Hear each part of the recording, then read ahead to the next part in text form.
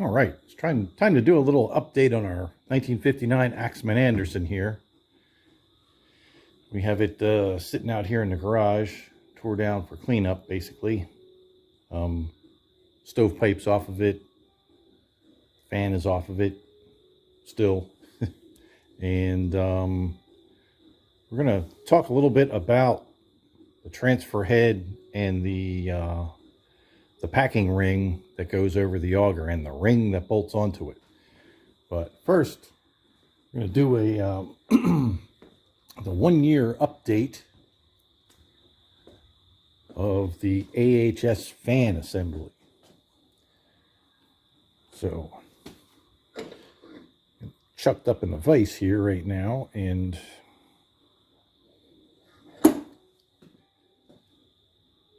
we replaced the shaft in it. This shaft, get the camera pointing at this thing. This shaft was making a rattling noise. Turns out that was the rattling noise. This bearing was sitting in this kind of grooved out section of the shaft, so it was not good. And it did this from the beginning, and I couldn't figure out why until I took it apart and actually looked closely at the shaft. So, new shaft is in there. It's all nice and quiet now.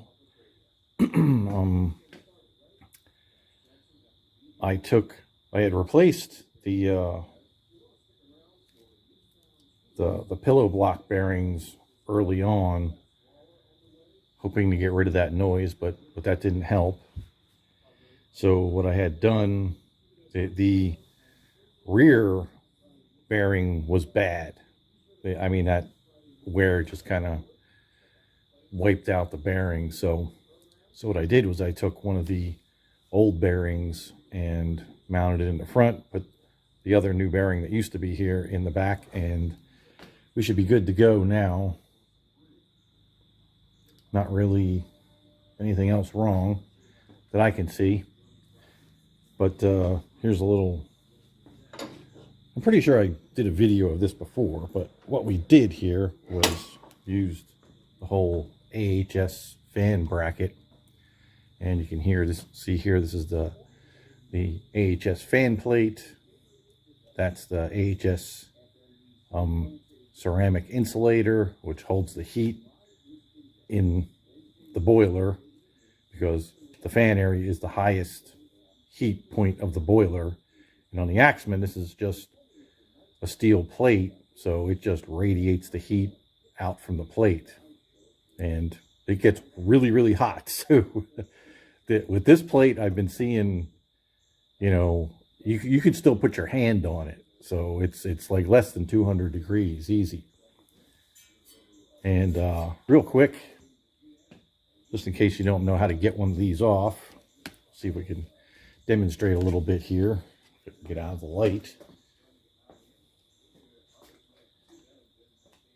You've got these two set screws that go into the shaft, and the guy that I got this set up from made this gadget. I think this is a 3/4 inch cap, pipe cap, that he welded. I guess that's probably 1/2 inch nut, and put a 1/2 inch carriage bolt in it. So if you look on there, this actually has threads on it. This will screw right on there. Actually, if you're removing it, you're gonna take the set screws out first, and then with this you can you just put a set of channel locks on this and a wrench on this and turn it, and it pushes the shaft out of the fan. Worked pretty well. I mean, if you didn't have that, I don't know how you would do it. I imagine the shaft might get stuck pretty good. That's way easier than an Axeman, because the Axeman uses a clamp with 2 bolts to tighten on the clamp, and they are even once you get the bolts out, they're notoriously difficult to get the fan the clamp off of the shaft, so the fan really doesn't want to come off too well. So let's see if we can put this down here. We can fire this thing up. So if you remember the rattly sound it made before, you'll be interested to know that this is what it sounds like now.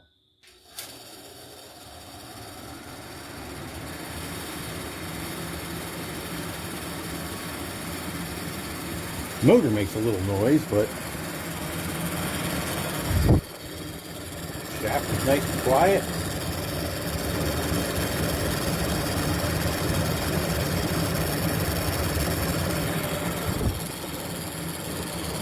The fan is nice and quiet. Yes, the whirling fan of death.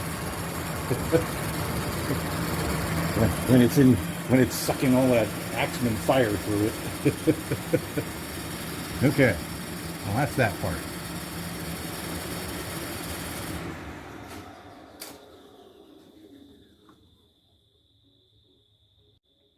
One thing I want to mention about this before we move on to the transfer head thing, I used an Axeman fan plate to create this sandwich. So this is a Axeman fan plate that I had to, you drill the holes a little bit bigger because you use a bigger stud for the AHS. And the whole bolt circle is slightly larger on the AHS, so you have to egg the hole a little bit just to get it all to fit together. But yeah, this has worked really well. So we're gonna, now that it's all nice and quiet and everything, it'd be nice to hear what it sounds like when we get it all fired up. All right, so we're going to talk about the little transfer head problem that I became aware of. So Jan, my friend that has the Axeman that we replaced the Mahoning 500 wood boiler with, it's just a 130 like this, and it actually works really great. A couple of weeks ago, he called me. He said that he took the cover off of his transfer head like this, and the ring in here was actually floating around in here. It wasn't attached anymore. So while we were on the phone trying to figure out what was going on with that, I figured I'd pull the cover off of this one. As you can see, that screw's missing. That screw's missing. And this one is loose. So, not sure why that happened, but I don't think I used lock washers or anything on those screws, and I'm thinking from the factory they probably come with a lock washer on them. So what we got to do is we got to pull the ring out when we're getting ready to fire it up again and clean the fines out, because like right now you can't even seat this because fines have gotten under it. So, and we'll have a look at the bushing, the gasket that goes in there, see if that's still okay, and if it is, we'll just clean the fines out with a brush or something and stick it back together, and maybe put some blue Loctite and a couple lock washers on, well, one lock washer on each of the screws, and hopefully that does the trick. But the plan is still to run the Van Wert that's in the basement right now until it gets really cold. I mean, in December sometime, I'm thinking.